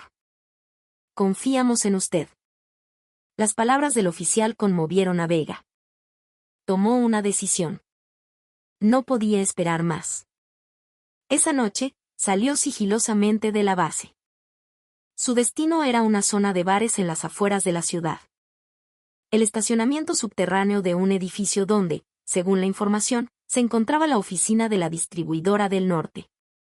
Su informante le había dicho que esa noche Cienfuegos, su cuñado y funcionarios de logística del ejército tendrían una reunión secreta allí. Era el escenario de un soborno. Vestida de civil, con una gorra, Vega se ocultó en la oscuridad. Era una misión de infiltración, como las muchas que había realizado. Su corazón latía con calma, pero con fuerza. A la 1 de la madrugada, sedanes de lujo comenzaron a entrar en el estacionamiento. Vio a Cienfuegos bajar de un coche. Miró a su alrededor y se dirigió rápidamente hacia el elevador. Un hombre de mediana edad, con sobrepeso y un maletín, lo saludó. Era su cuñado. Vega, aprovechando los puntos ciegos de las cámaras de seguridad, lo siguió. Entraron en un bar de lujo, solo para miembros, en el 4º piso. Así que aquí celebran su festín de dinero, pensó. Subió por las escaleras de emergencia. La puerta del 4º piso estaba cerrada, pero eso no era un problema para ella. Sacó un alambre delgado de su bolsillo y manipuló la cerradura con destreza. Con un clic, la puerta se abrió. En el pasillo, hombres corpulentos montaban guardia. Eran matones. La información de que la distribuidora estaba vinculada con el crimen organizado era cierta. Vega se escondió en una esquina y controló su respiración. Un asalto frontal era imposible. Si armaba un escándalo, destruirían las pruebas y escaparían. Tenía que conseguir la evidencia de forma sigilosa. Miró hacia el detector de incendios. Y sacó un encendedor. Riting. La alarma de incendios resonó por todo el edificio. ¿Qué pasa? ¿Fuego? Oye, ve a ver. Los matones del pasillo entraron en pánico. La gente que estaba en las habitaciones salió corriendo. Aprovechando el caos, Vega se deslizó en la sala VIP donde había entrado Cienfuegos. La habitación apestaba a alcohol y humo de cigarro. Sobre la mesa había botellas de whisky, fruta y un maletín abierto. Dentro, fajos de billetes de 500 pesos. El soborno. Vega sacó rápidamente su teléfono y fotografió la escena. El maletín, el uniforme de Cienfuegos colgado en un perchero y los contratos de suministro sobre la mesa. En ese momento, sintió una presencia helada a sus espaldas. ¿Quién anda ahí? El cuñado de Cienfuegos, que había ido al baño, había regresado. Al ver a Vega, gritó, «Oigan, atrápenla. Es una ladrona». Los matones del pasillo entraron en tropel. La salida estaba bloqueada. Vega guardó el teléfono en su ropa y adoptó una postura de combate. Un matón se acercó con un arma improvisada. ¿Qué clase de perra se atreve a meterse aquí? El que iba al frente blandió una botella de cerveza. Vega esquivó el golpe agachándose y le clavó el codo en el plexo solar. El hombre cayó con un gemido. El que venía detrás sacó un cuchillo. ¿Un cuchillo? No se usan cuchillos frente a un soldado, ¿sabes? Vega le agarró la muñeca y la retorció. Con un crujido, el cuchillo cayó al suelo. Le dio un rodillazo en la mandíbula. El hombre cayó hacia atrás. Había neutralizado a 2 en segundos, pero más matones entraban. Y detrás de ellos, Cienfuegos apareció con el rostro rojo de ira. Alejandra Vega. ¿Qué haces aquí? Gritó, pálido. Mi general, tan tarde en un establecimiento civil, y con criminales. No es una violación del Código de Conducta Militar. Vega sonrió tranquilamente mientras buscaba una vía de escape. Vio una ventana. Era un cuarto piso, pero había unidades de aire acondicionado en la fachada por las que podría bajar. Atrápenla. Que no escape. Quítenle ese teléfono. Mátenla si es necesario. Bramó Cienfuegos. Sabía que la prueba de su ruina estaba en ese teléfono. Los matones se abalanzaron. Vega volcó una mesa para bloquear su avance y les lanzó un altavoz pesado. Con el estruendo, los hombres se enredaron. Ella aprovechó para romper la ventana y saltar. El grito de Cienfuegos se desvaneció a lo lejos. Bajó por las unidades de aire acondicionado y las tuberías, llegando al primer piso. Tenía las manos rasgadas y el uniforme roto, pero el teléfono estaba a salvo. Subió a su coche, que le esperaba en el estacionamiento, y pisó el acelerador. Los coches de los matones la siguieron, pero no podían competir con sus habilidades de conducción a alta velocidad. Los había perdido. Con la respiración agitada, agarró el volante. Sus manos temblaban, no de miedo, sino de emoción. Te tengo, pensó. Te tengo por el cuello. A la mañana siguiente, un nuevo aire de guerra se respiraba en el primer batallón. Pero esta vez, Vega no estaba a la defensiva. Las noticias informaban que decenas de vehículos de la Fiscalía Militar se dirigían al cuartel general. General de división arrestado por soborno multimillonario y vínculos con el crimen organizado.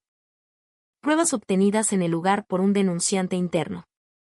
En la pantalla del televisor aparecían, pixeladas, las fotos que Vega había tomado, el maletín de dinero y el uniforme de Cienfuegos. En la oficina del regimiento, el rostro del mayor Velázquez se volvió gris. Su teléfono sonaba sin parar, pero no contestaba.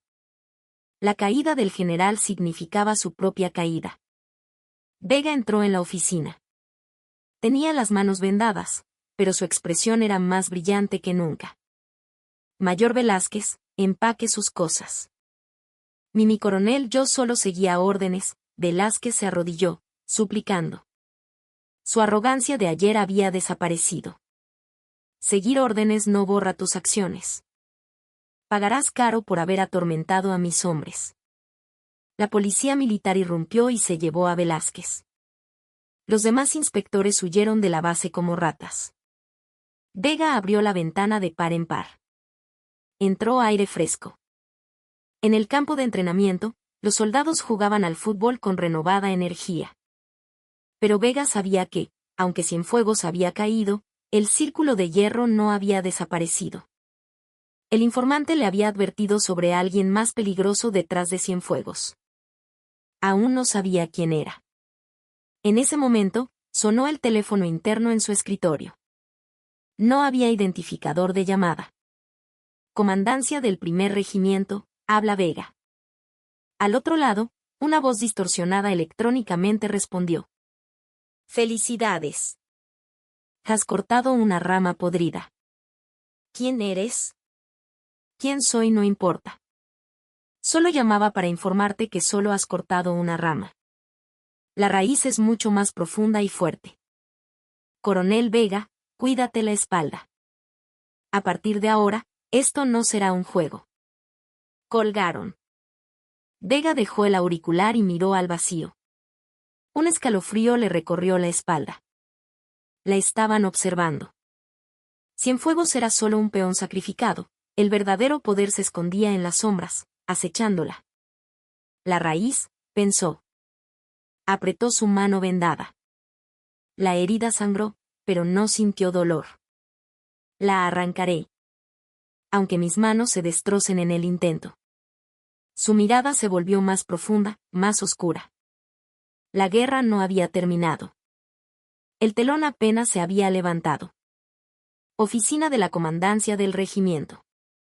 2 de la madrugada. Afuera, caía una lluvia torrencial. Había pasado una semana desde el arresto del general Cienfuegos, pero Alejandra Vega sufría de insomnio. La voz distorsionada de aquella noche, la advertencia de que la raíz es profunda y fuerte, resonaba en su mente. Se levantó de la cama para beber agua. Fue entonces cuando lo oyó. Un sonido casi imperceptible, el de la puerta de entrada abriéndose sigilosamente entre el estruendo de la lluvia. No hubo tecleo de contraseña, ni el ruido de una cerradura forzada. Era un profesional. Vega contuvo la respiración, en lugar de un cuchillo, agarró un pesado cenicero de cristal de la mesa. Se ocultó en la oscuridad, vigilando la entrada. Un hombre vestido con un impermeable negro entró en silencio. Sin dudar, se dirigió hacia la habitación donde ella debería estar durmiendo. En su mano, brillaba un cuchillo de combate. No era un ladrón. Era un asesino. Vega esperó el momento en que el hombre agarrara la manija de la puerta de su habitación. ¿Quién eres? Su voz y el cenicero volaron al mismo tiempo hacia la nuca del hombre.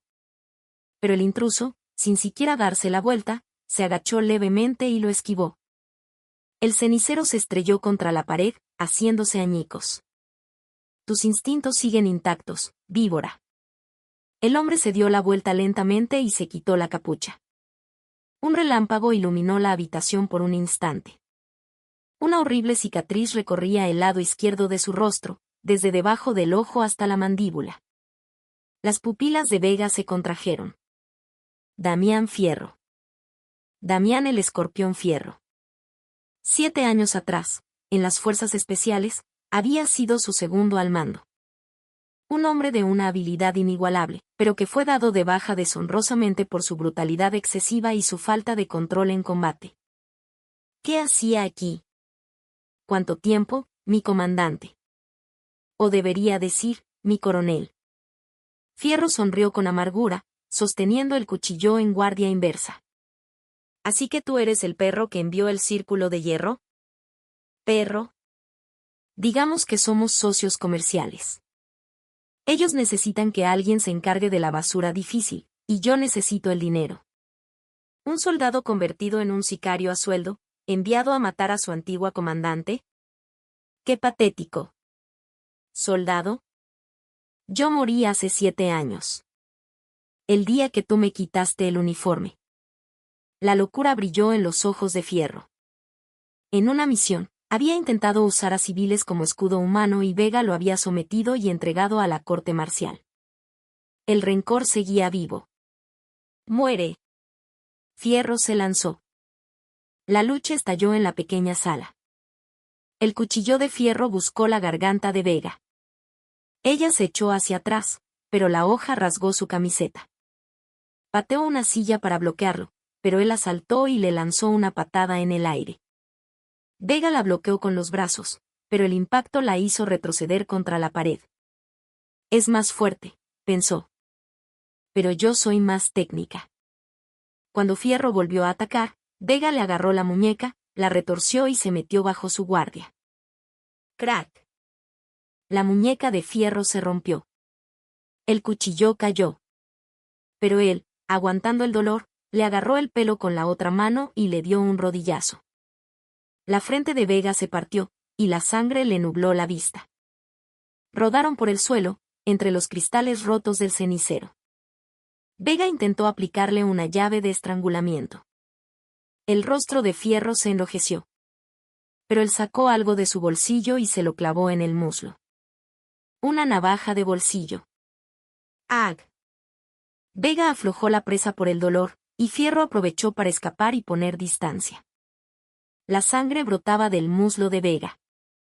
Fierro, jadeando, recogió su cuchillo. La víbora sigue siendo la víbora. Pensé que te habías ablandado. Miró su reloj. Pero qué lástima, hoy solo vine a saludar. Se me acabó el tiempo. ¿Vas a huir? Vega se levantó, cojeando, su espíritu de lucha intacto. No es una huida. Es una advertencia.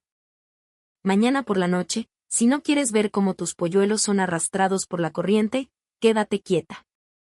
¿Qué? El círculo de hierro no se conforma con matarte a ti. Quieren destruir lo que más te importa para que te derrumbes por tu cuenta. Es su pasatiempo favorito. Fierro abrió la puerta del balcón y saltó a la barandilla. Espéralo. Mañana por la noche será muy divertido. desapareció en la oscuridad. Vega intentó seguirlo, pero la herida de la pierna la hizo caer. El sonido de la lluvia se intensificó. Polluelo se refiere a los soldados. Malditos bastardos. Se atreven a meterse con mis hombres. Se vendó la herida como pudo y cogió el teléfono. Llamó al oficial de servicio del batallón. Oficial, ¿hay algún entrenamiento programado para mañana? A la orden. Sí, mi coronel. Mañana por la noche, la segunda compañía tiene programada una marcha táctica nocturna.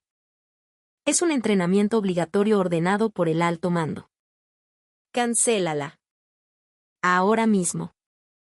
Sí, pero es una orden del alto mando. Mira afuera. La alerta por lluvia se ha convertido en una emergencia.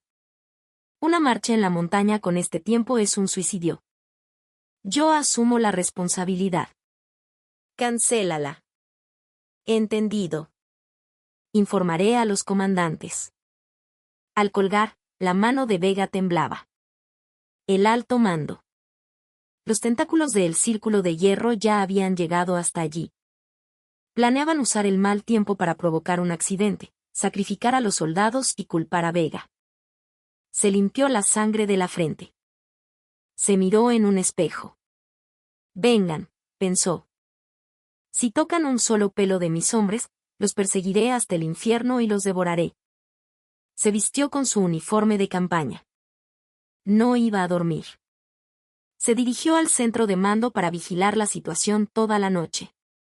La lluvia no amainaba, y la larga noche que decidiría el destino del primer batallón apenas comenzaba. Al día siguiente, a las 6 de la tarde, la lluvia caía como una cascada. Se había emitido una alerta de deslaves para toda la región. A pesar de la orden de cancelación de Vega, llegó un mandato urgente del cuartel general. Orden de operaciones. La segunda compañía del primer regimiento procederá con la marcha táctica nocturna según lo planeado. Este es un entrenamiento realista para contrarrestar infiltraciones enemigas en condiciones adversas. El incumplimiento resultará en la destitución inmediata de la coronel Alejandra Vega por insubordinación.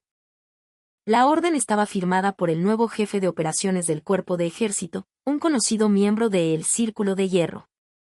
Vega arrugó el papel. Dementes.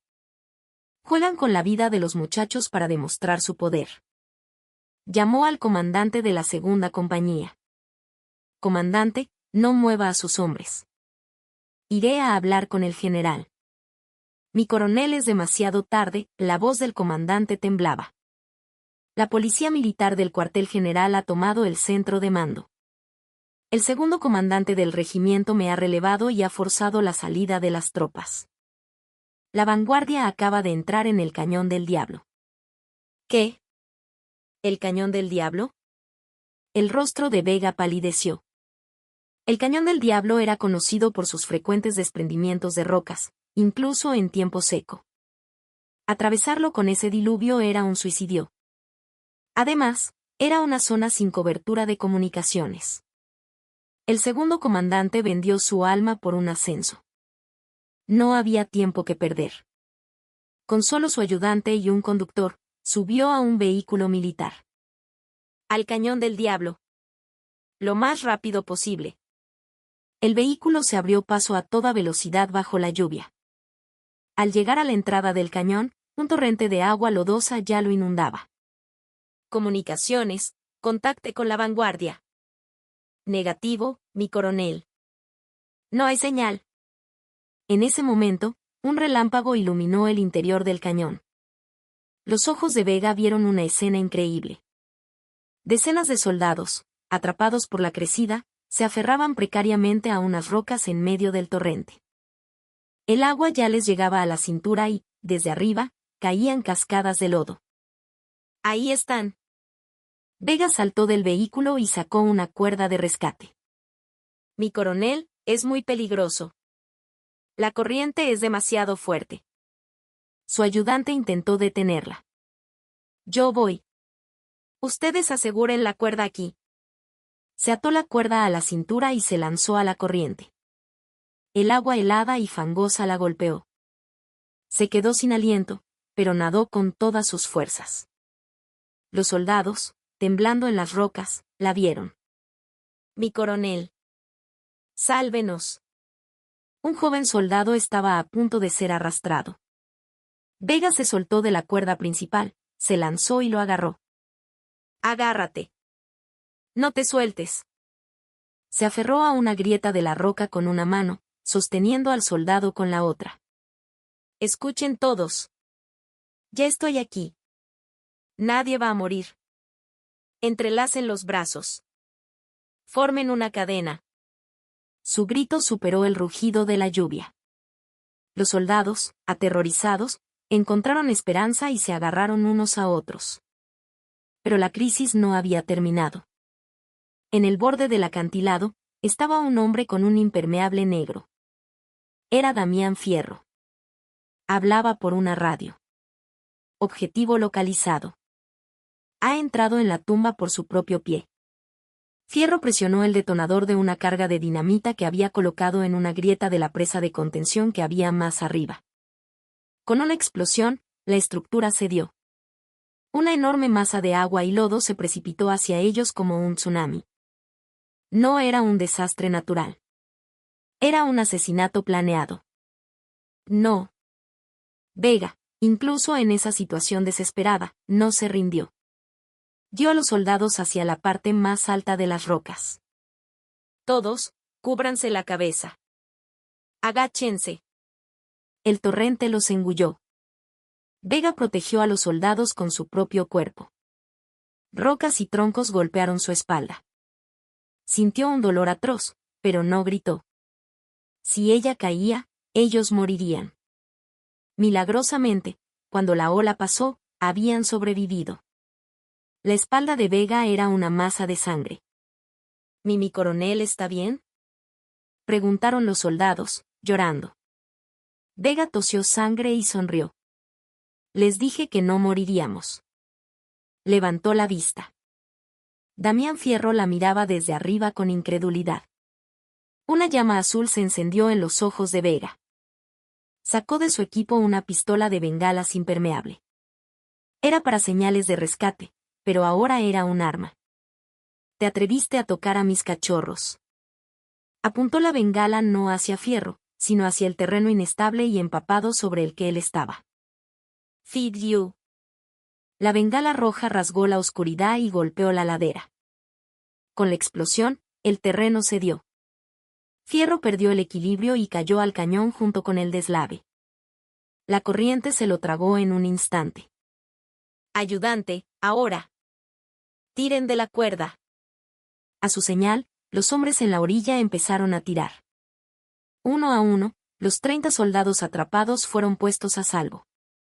Cuando la última en subir fue Vega, se desplomó, exhausta. «Mi coronel. Un médico». Los soldados la rodearon. Sus lágrimas se mezclaron con la lluvia sobre su rostro. Mientras perdía la conciencia, contó a los soldados. «¿1, 2, 30 están todos a salvo?» «Sí, mi coronel». «Todos vivos, gracias a usted». «Qué bien», y se desmayó. Al día siguiente, en el hospital, Vega despertó con el cuerpo vendado. Tenía 2 costillas rotas y contusiones por todo el cuerpo, pero su vida no corría peligro. Una delegación de soldados de la segunda compañía entró en su habitación. No traían flores, sino una caja llena de miles de hojas de papel.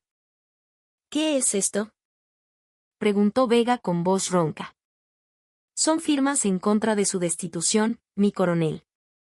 Cuando nos enteramos de que el alto mando quería sancionarla después de que nos salvó, todo el regimiento pasó la noche escribiendo. Nuestros padres también se unieron». Los ojos de Vega se llenaron de lágrimas. El círculo de hierro era fuerte, pero el poder de mover los corazones de la gente era aún más fuerte. Agradeció a los soldados, uno por uno. «Gracias. Ustedes me salvaron a mí». Cuando se fueron, miró por la ventana. La lluvia había cesado y el cielo estaba despejado. Pero sabía que el cuerpo de Fierro no había sido encontrado. Y el círculo de hierro, tras este fracaso, atacaría con más saña. Vio la radio que Fierro había dejado caer y que ella había recogido del cañón. Presionó el botón de transmisión. ¿Me oyen, ratas escondidas? Esta vez, gané yo. La próxima, les toca a ustedes. Aunque mi cuerpo se rompa, juro que derribaré ese sucio muro de hierro que han construido. Destrozó la radio y la tiró a la basura. Ya no estaba sola. Detrás de ella estaban los 2000 soldados del primer regimiento que creían en ella. Era hora del contraataque. Al salir del hospital, el cuerpo de Alejandra Vega aún no se había recuperado. Pero su voluntad era inquebrantable. Al cruzar la puerta, una escena increíble le esperaba. Desde la entrada hasta el estacionamiento, los soldados del primer regimiento estaban formados en 2 filas. Nadie se lo había ordenado. Eran soldados de permiso, oficiales de descanso, todos reunidos voluntariamente. Sostenían pancartas: nuestra única estrella es la Coronel Vega, gracias por protegernos. Un atronador gala orden sacudió el lugar. Vega, conmovida, levantó la mano en un saludo militar. Eran su razón para luchar. De vuelta en la base, convocó una reunión de operaciones. El objetivo: el líder del Círculo de Hierro. Jefe de inteligencia, ¿tenemos los registros de visitas de Cienfuegos? Sí, mi coronel. Se ha comunicado con el exterior a través de su abogado. El destinatario es el general de ejército Armando Barrientos. Silencio en la sala. Armando Barrientos. El comandante supremo de las fuerzas de campo, un héroe de guerra viviente. Y el principal candidato a ser el próximo secretario de la Defensa. ¿El líder de una organización criminal? Un monstruo con máscara de héroe. Sacrificaron a Cienfuegos. Pero su libro de contabilidad, donde registraba el dinero negro, aún no lo han recuperado. Sé dónde está. Desplegó un mapa. Una finca de casa privada en la Sierra de Durango, propiedad de Barrientos. Oficialmente, un centro de retiro para familias de soldados caídos. En realidad, la caja fuerte y el cuartel general del Círculo de Hierro. Esta noche, atacaremos ese lugar. No hay apoyo oficial. Si fallamos, seremos tratados como amotinados y ejecutados. Quien quiera seguirme, que se quede. Nadie se movió. Bien. Esta noche, no somos soldados. Somos ladrones. Justicieros que recuperarán el honor robado del ejército. A las 11 de la noche, el equipo de Vega llegó a las afueras de la finca. Estaba fortificada. Guardias privados, mercenarios exmilitares, patrullaban el perímetro. Soldado Soto, use el dron. Necesito un mapa térmico del personal interno. Iker Soto, el antiguo estudiante de ingeniería, manejó el dron con destreza. 10 hombres adentro, 6 afuera. Hay una bóveda en el sótano con 2 guardias en la puerta. Operación de distracción. El jefe de operaciones creará un disturbio en la entrada principal. Yo me infiltraré por la parte trasera. Mientras los guardias corrían hacia el humo de las granadas de distracción, Vega saltó el muro. Neutralizó a un guardia en silencio y bajó a la bóveda. 2 matones custodiaban la puerta. En una ráfaga de movimientos precisos, los dejó inconscientes. La puerta tenía un escáner biométrico. Pero Vega tenía la llave, una película de silicona con las huellas dactilares de Cienfuegos, que había obtenido de su oficina.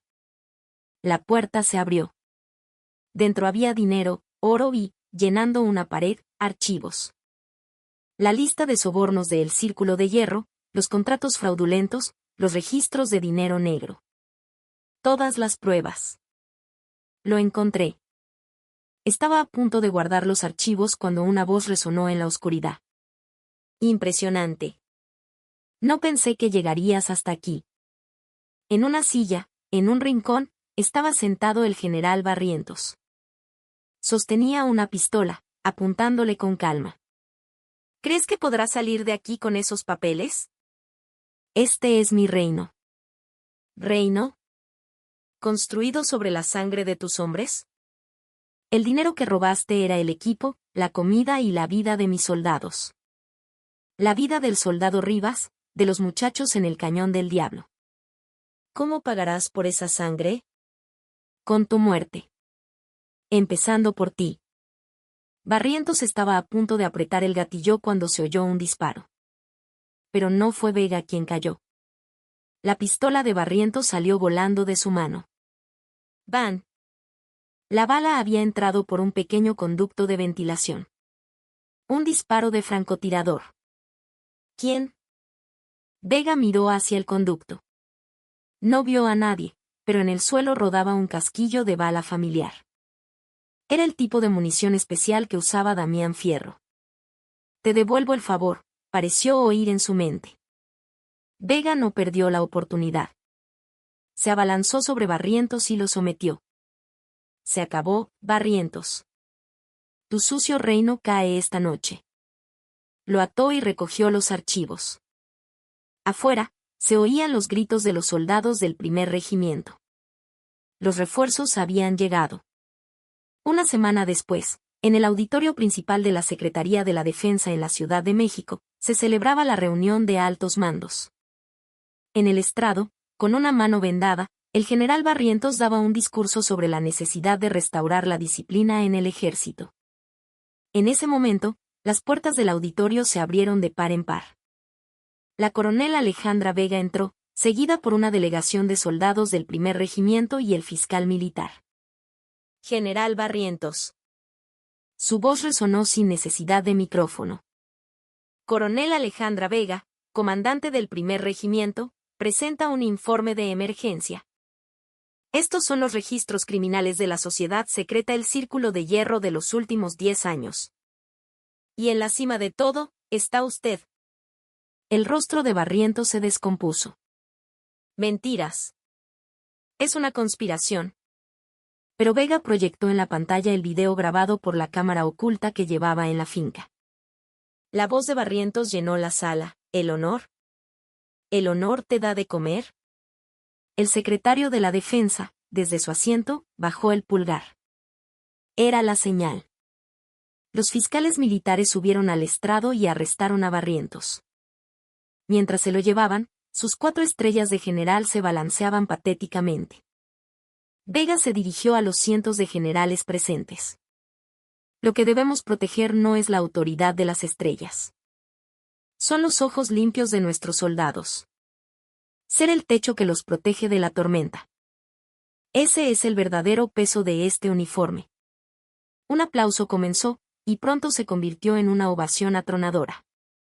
El otoño llegó al primer batallón. Las hojas de los árboles se tiñeron de ocre. La base era un lugar diferente, lleno de risas. Vega, sentada en una banca, observaba a sus hombres jugar al fútbol. El soldado Javier Morales, el del yeso, ahora corría y marcaba goles. Iker Soto era sargento y enseñaba a los nuevos reclutas. Mi coronel. Metí un gol. ¿Lo vio? Le gritó Morales, corriendo hacia ella. Lo vi. Tienes talento, soldado. En ese momento, el rugido de una motocicleta familiar se oyó en la entrada. Un motorista con un casco negro se detuvo por un instante. A través del visor, Vega reconoció la mirada bajo la cicatriz. Luego, aceleró y desapareció. Era Damián Fierro. Ya no era un enemigo. Quizás algún día se volverían a encontrar. El viento sopló.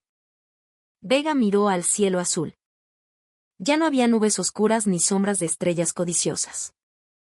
Solo un sol brillante y, bajo él, pequeños héroes que cumplían con su deber. Jefe de operaciones. Sí, mi coronel. Esta noche hay celebración. Prepara una carne asada para todo el personal. A la orden. Los gritos de alegría